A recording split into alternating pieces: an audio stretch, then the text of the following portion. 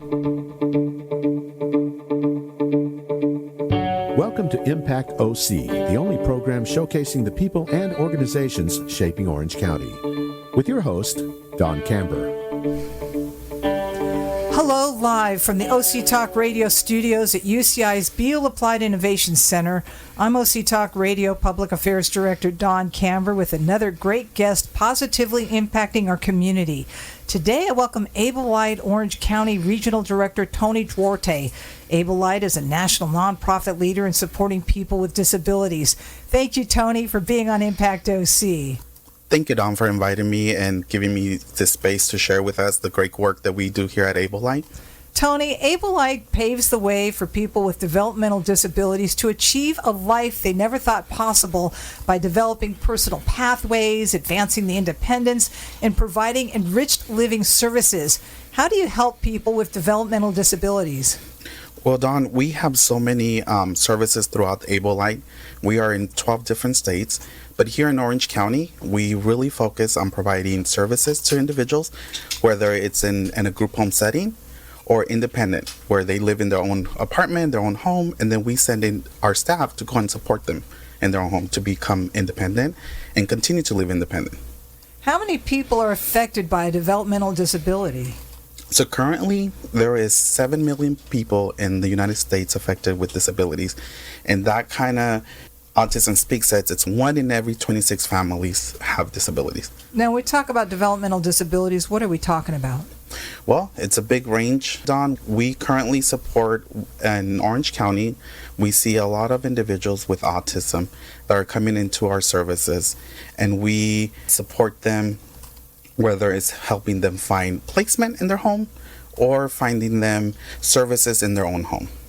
Now, are we dealing with children or adults or both? We only deal with adults in Orange County. Our adults are 18 and over, and we work with Regional Center. And what are the challenges facing people with developmental disabilities and their families? Well, a lot of the challenges is finding services, finding the appropriate services for each family. That's what's difficult. And I think at the end of the day, what families are looking for is who's going to take care of my loved one when I'm not around? Who's going to be able to support them when I'm not here to be part of their family? So an organization like Able Light is great. We're here to support families during the process of admitting them to an agency like ours. And then after, the families are not around, we continue to support them. So walk us through what it's like when a family connects with your organization and the services you provide.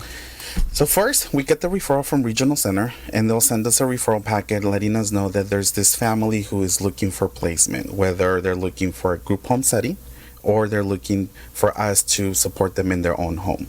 Once we receive the referral, we go out and we interview the family. We interview the family, the individuals, and we start working with the families and seeing what kind of services are they looking for, what kind of support they're looking.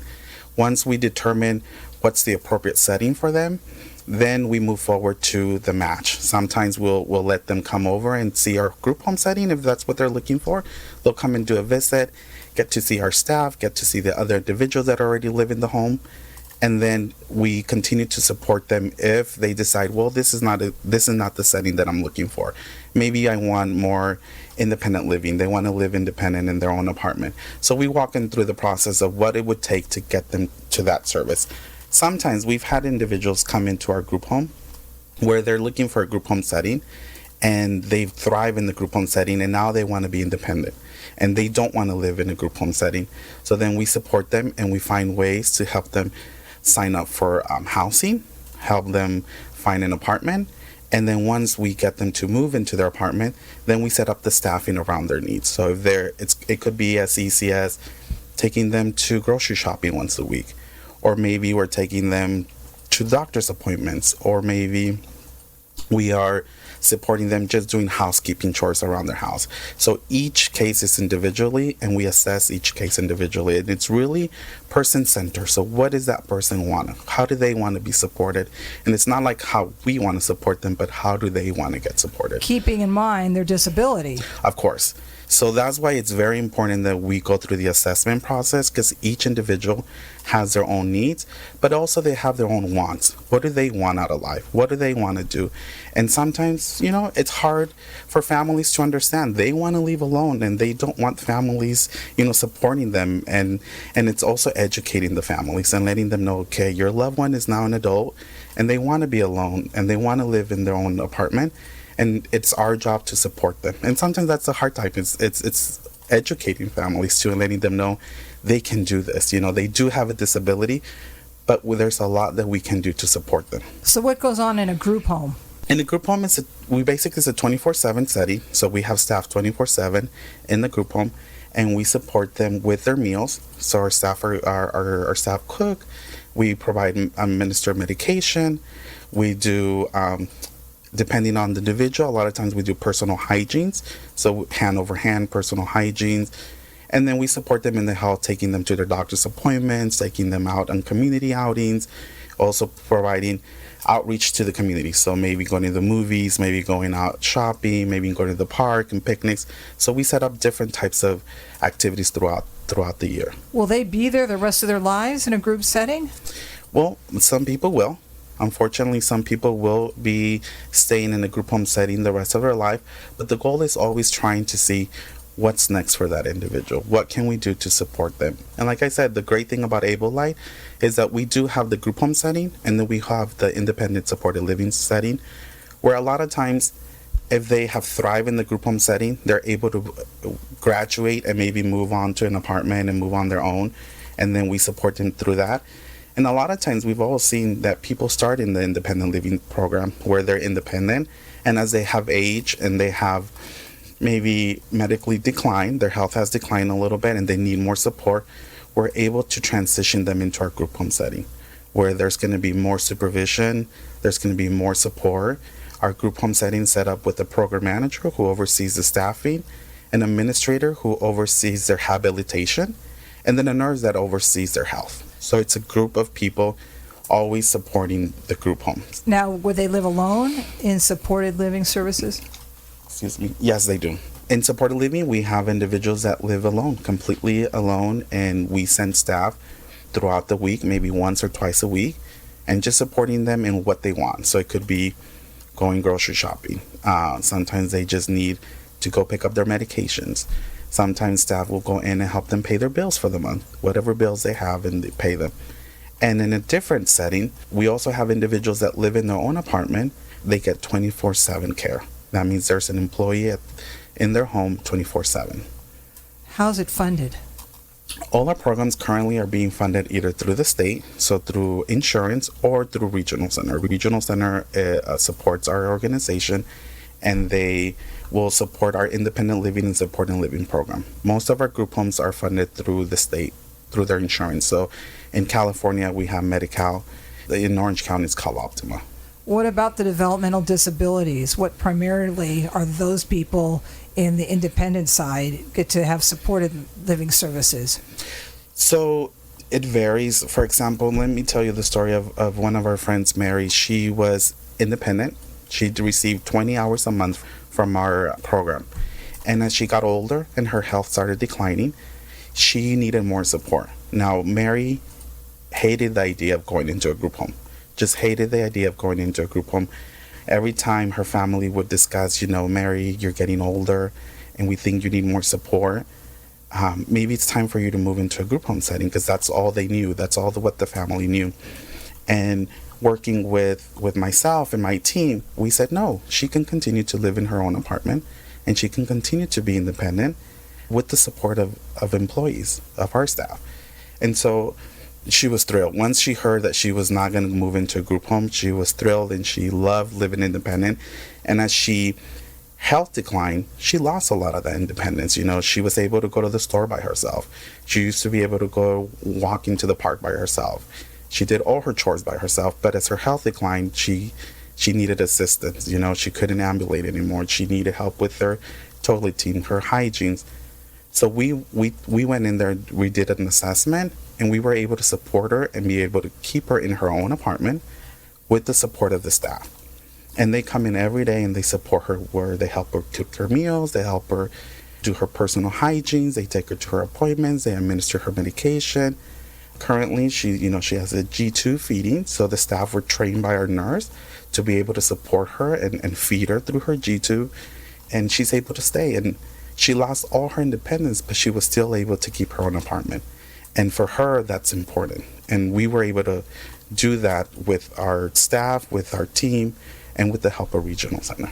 So basically, if a parent has a child who, we'll just say, is autistic, could be on the spectrum, they can know that when their child becomes an adult, there is help out there so that they know that their child doesn't have to live with them the rest of their lives. Yes. So a lot of times, actually, it's funny you say that, because a lot of times it's the opposite. Sometimes families want to keep their loved ones with them because they're afraid of the services out there. They don't know that there is services out there.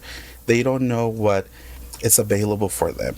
And there is a lot of services available through Regional Center who supports Able Light with services, but there's also a huge lack of services. Housing is the main concern. There's not enough housing or placement agencies for people to move out. There's also a lot of lack in funding. You know, the funding that we do receive at Able Light through the state doesn't meet the cost of care.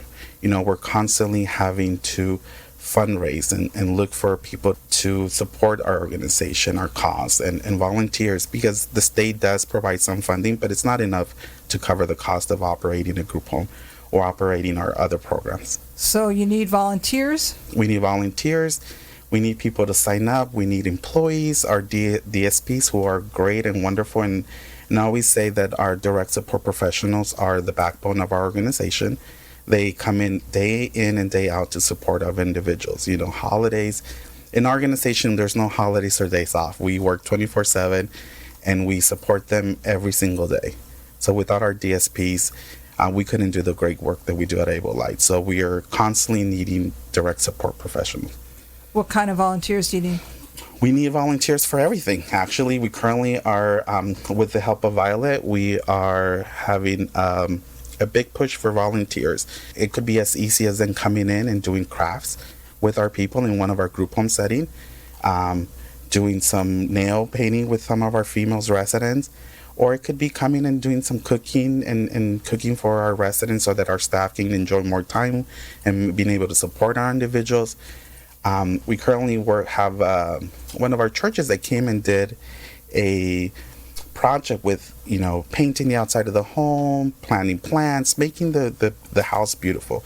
Because sometimes we forget this is someone's home, right?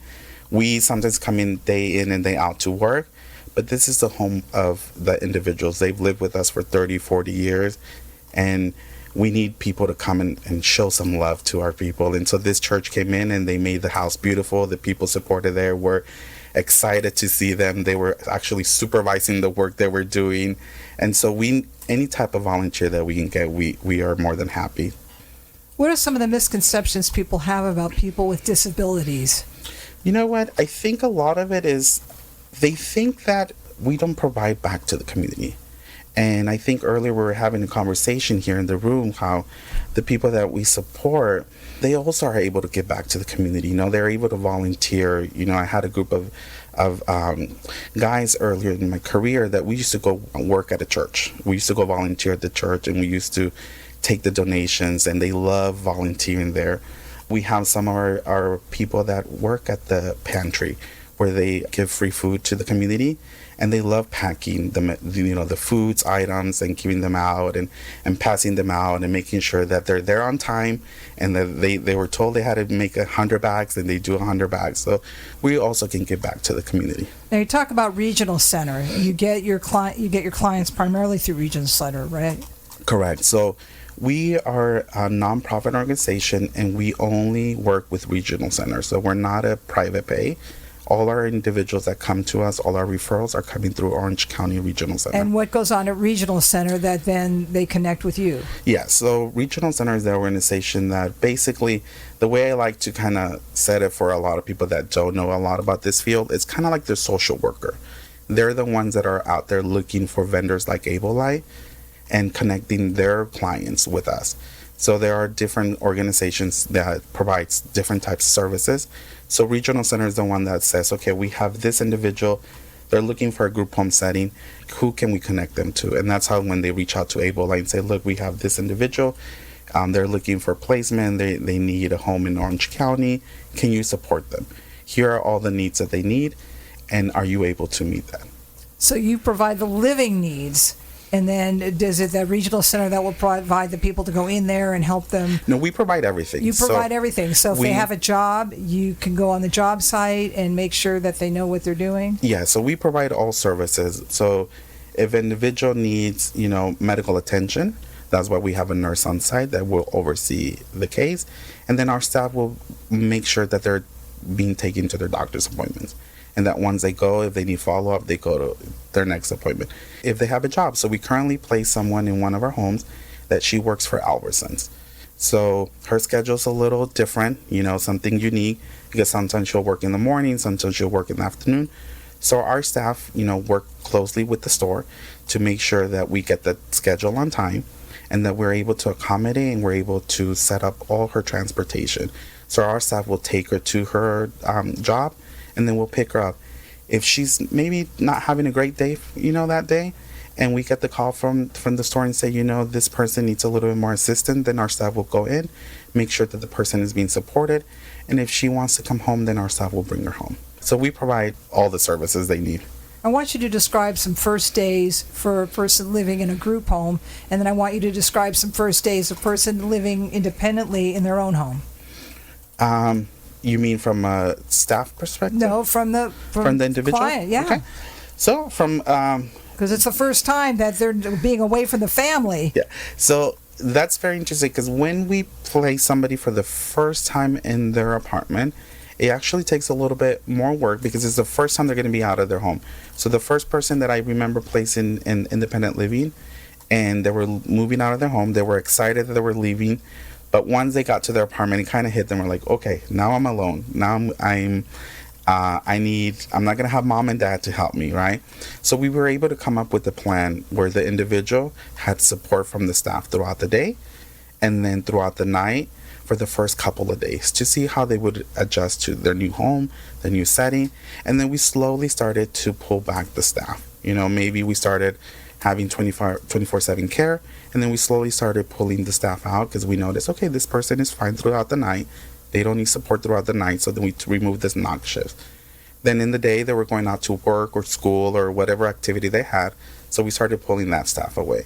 And we really target the days and times that they really needed support, whether it's because they wanted to go to the movies, or maybe they wanted to go meet with a friend at the movies or go out to dinner with a friend and they needed support with that. Or maybe they go to grocery shopping again. It takes a lot of time and a lot of dedication to be able to place someone in an independent living home because it's their first time living out. And we're also learning them and they're learning us. So it takes a good team to build that case. And what's it like at a group home? In a group home, well, unfortunately, a lot of our people who are in a group home setting have been in a group home setting for many years. So they're used to the group home setting. When they transition into our home, it is a little bit of a challenge because now you're living with 4 or 5 other individuals in the home. And each individual has their own personality, and each individual already kind of know who is already living there. They kind of already have their setup, right? A lot of our people, they love structure and they love routine. So bringing someone new is helping them adjust to their new setting, helping them find their own routine, helping them find their own adjustment. And so we have a group of occupational therapists, speech therapists, dietitian, our nurse that will come and do assessment and try to help build that setup for them. Whether it's once a week, they're going to have a recreational activity, we set up goals for them to meet throughout the first 30 days. And then we meet again in 30 days to see where the person sits. And a lot of times we continue to build from there. And we constantly have quarterly meetings and semi-annual meetings to see the progress of that individual and what is it they still need or maybe they don't need. A lot of times as families and people, we want to put a lot of pressure on the individuals and we want them to have so many goals. But sometimes we forget to stop by and ask them, what is it that you want? What is it that you need? And that's the new approach that we are really taking on at Able Light is person-centered. What does this person really want? What does it really need? And then yet, what are the regulations that we have to comply by? So it's a fine balance, and it's not always easy, but the team does a great job doing that. Thank you, Able-Eyed Orange County Regional Director Tony Duarte, for being on Impact OC. And I thank everyone for tuning in. I'm OC Talk Radio Public Affairs Director Dawn Camber. Have an impactful day.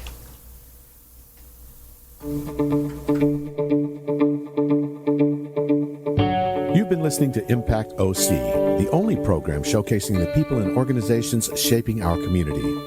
Right here on Orange County's only community radio station, OC Talk Radio.